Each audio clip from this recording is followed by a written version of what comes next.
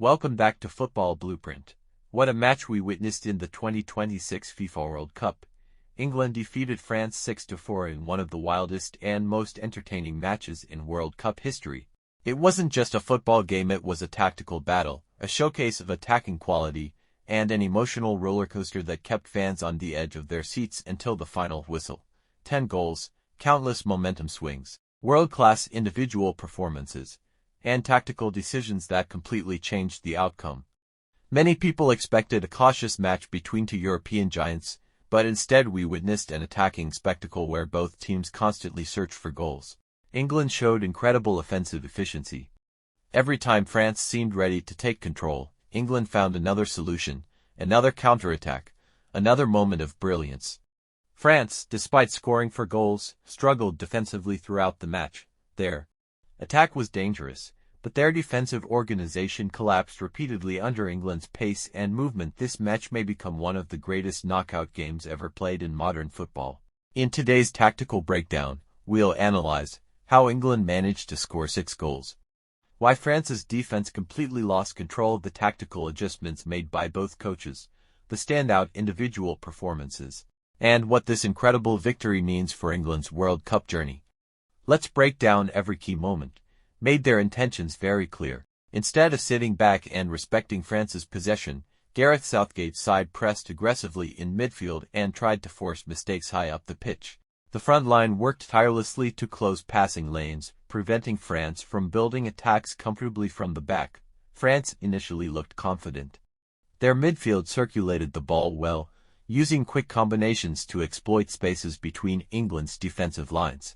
Their equalizer reflected exactly what makes this French team so dangerous: fast transitions, intelligent movement, and clinical finishing. However, England quickly adjusted.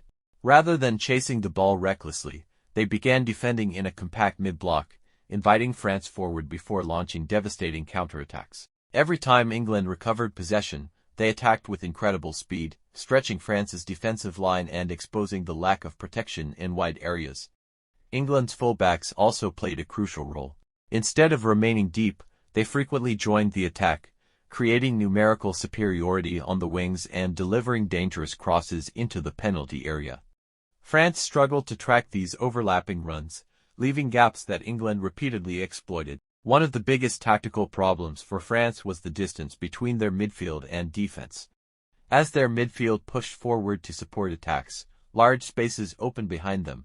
England recognized this weakness from the opening whistle. England almost immediately attacked those central channels with direct passes and quick vertical movement. By halftime, it was already clear that this wasn't going to be a typical tactical chess match. Both teams were creating chances almost every few minutes, but England looked far more efficient whenever they entered the final third. Their movement without the ball, quick decision-making, and ruthless finishing gave them the upper hand heading into the second half. The stage was perfectly set for an unforgettable conclusion. The second half completely changed the rhythm of the game. France knew they had no choice but to attack. They pushed their defensive line much higher, committed more players forward, and tried to dominate possession. While this created more attacking opportunities, it also exposed even larger spaces behind their defenders. England waited patiently. Instead of forcing attacks, they absorbed pressure and looked for the perfect moment to strike on the counter. That tactical discipline made all the difference. Every time France lost possession, England immediately attacked the open spaces with incredible speed.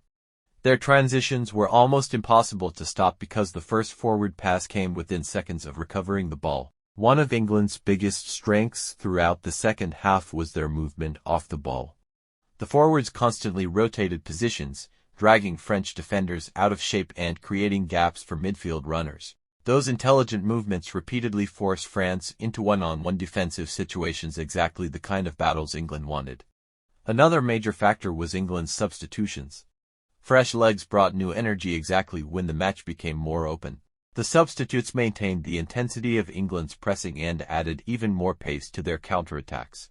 France also made attacking substitutions, but these changes created another problem. With so many players committed to attack, their midfield offered almost no protection in front of the defense. England exploited this weakness again and again, turning defensive recoveries into dangerous scoring opportunities. Mentally, The match also shifted in England's favor. Every time France reduced the deficit and looked ready to build momentum, England responded almost immediately with another goal. That constant response gradually destroyed France's confidence and forced them into taking even greater risks. By the final 20 minutes, the game had become completely stretched. The midfield battle almost disappeared. Instead, it turned into an end-to-end contest where both teams attacked with numbers. While France continued to create chances, England proved far more clinical in front of goal. Scoring 6 goals against one of the tournament favorites wasn't simply about finishing. It was the result of superior tactical discipline, ruthless transitions, intelligent movement, and remarkable composure under pressure. England didn't just survive France's attacks. They punished them every single time France lost its defensive balance. As the final whistle echoed around the stadium, England celebrated one of the most remarkable victories of the 2026 FIFA World Cup. A 6-4 win over France is not something football fans witness very often. It wasn't just a high-scoring match, it was a tactical statement. England showed that modern football is about much more than possession statistics. It's about efficiency, decision-making, and taking advantage of every weakness your opponent gives you. Why England won? There are 4 major reasons behind England's incredible victory. 1. Clinical finishing. England converted a remarkable percentage of their chances. While France created opportunities, England consistently made better decisions in the final third. Every counterattack looked dangerous. Every mistake from France was punished. That level of efficiency is what separates good teams from championship contenders. 2. Superior transitions. The biggest tactical difference was England's transition play. Whenever they recovered possession, they attacked immediately. Instead of slowing the game down, they moved the ball vertically with 1 or 2 quick passes. France simply couldn't reorganize their defense quickly enough. This led to several of England's goals. 3. Defensive discipline. Although conceding for goals may not sound impressive defensively, England actually defended very intelligently for large parts of the match. They knew exactly when to press, when to stay compact, and when to launch forward. Football isn't about never conceding. It's about scoring more than your opponent. England understood that perfectly. 4. Mental strength. Perhaps the most impressive aspect of England's performance was their mentality. Every time France looked capable of making a comeback, England responded. Instead of panicking, they became even more dangerous. That resilience is often what defines World Cup champions. Why France lost? France still demonstrated why they are considered one of the strongest teams in international football. Scoring 4 goals against England is an impressive achievement. However, their biggest weakness was defensive balance. Their attacking ambition frequently left enormous spaces behind the midfield. England exploited those spaces repeatedly. In knockout football, small tactical mistakes become very expensive. Against a team with England's speed and quality, those mistakes proved decisive. Player of the match. Several English players delivered outstanding performances. The attacking unit constantly stretched France's defense. The midfield controlled the rhythm during crucial moments. The substitutes maintained the intensity after coming onto the pitch. But beyond individual performances, the entire tactical plan deserves enormous credit. England played as a complete team. Every player understood their role. Every movement had a purpose. Looking ahead, with this victory, England sends a powerful message to every remaining team in the tournament. They are no longer just contenders. They are genuine favorites to lift the World Cup trophy.